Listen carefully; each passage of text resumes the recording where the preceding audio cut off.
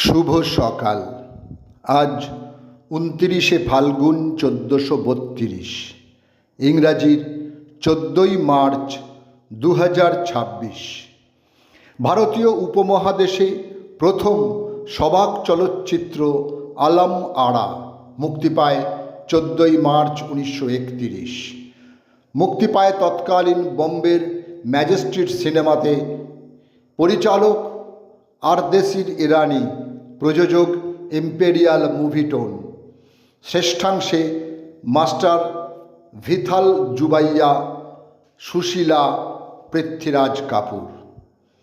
14ই March 1879 জার্মানিতে জন্মগ্রহণ করেন নোবেলজয়ী পদার্থবিদ অ্যালবার্ট আইনস্টাইন। পদার্থবিজ্ঞানের বিভিন্ন শাখায় তিনি প্রচুর গবেষণা করেছেন এবং নতুন উদ্ভাবন ও আবিষ্কার তাঁর অবদান অনস্বীকার্য।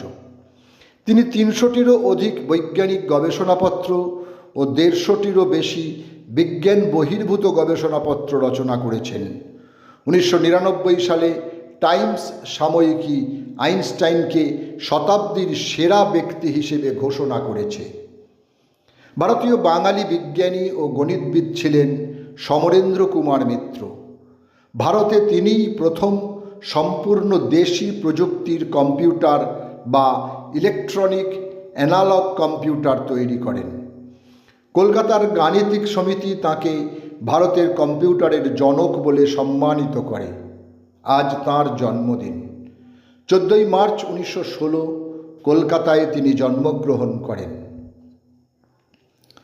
তারাদের চুমকি জলে আকাশে হাট্টিমাটিম টিম, মন বলেছে আজ সন্ধ্যায়, ছোট্ট পাখি চন্দনা, আমি আলপনা এঁকে যাই আলোয় ছায়ায়, প্রভৃতি গানের শিল্পী আলপনা বন্দ্যোপাধ্যায়। আজ তাঁর জন্মদিন। সময়টা 1934। সাধারণ বাংলা ছড়াকে অমর ধ্রুপদীতে রূপান্তর করেছিলেন তিনি। 14ই মার্চ 1965 মহারাষ্ট্রের মুম্বাইতে এক সম্ভ্রান্ত মুসলিম পরিবারে জন্মগ্রহণ করেন মোহাম্মদ আমির হোসেন খান ওরফে আমির খান। তিনি ভারতীয় চলচ্চিত্রের অভিনেতা, প্রযোজক ও পরিচালক, চিত্রনাট্যকার ও টিভির উপস্থাপক। তিনি ভারতীয় চলচ্চিত্রের সবচেয়ে জনপ্রিয় ও প্রভাবশালী অভিনেতা হিসেবে নিজেকে প্রতিষ্ঠিত করেছেন। ফিল্মফেয়ার সহ অসংখ্য পুরস্কার অর্জন করেছেন তিনি। এছাড়াও 2003 সালে পদ্মশ্রী ও 2010 সালে পদ্মভূষণ পদকে তিনি সম্মানিত হন। কার্ল মার্কস ছিলেন একজন জার্মান ইহুদি দার্শনিক, অর্থনীতিবিদ ও ইতিহাসবেত্তা, সমাজবিজ্ঞানী, রাজনৈতিক তাত্ত্বিক ও সমাজতান্ত্রিক বিপ্লবী। তাঁর মতে অদ্যাবধি পৃথিবীর ইতিহাস হল শ্রেণী সংগ্রামের ইতিহাস। শ্রেণী সংগ্রামের ভেতর দিয়ে মানব সমাজগুলো বিকশিত হচ্ছে। 14ই মার্চ 1883 64 বছর বয়সে লন্ডনে তিনি প্রয়াত হন। 14ই মার্চ 1975 85 বছর বয়সে কলকাতায় প্রয়াত হন পল্লী বাংলার কবি যতীন্দ্রপ্রসাদ ভট্টাচার্য। কলকাতা বিশ্ববিদ্যালয়ের বাংলা বিভাগের প্রধান ডক্টর আশুতোষ ভট্টাচার্য তাঁর সম্পাদিত গ্রন্থে যতীন্দ্রপ্রসাদ ভট্টাচার্যকে সত্যেন্দ্রনাথ দত্তের উত্তর সাধক হিসেবে তুলে ধরেছেন।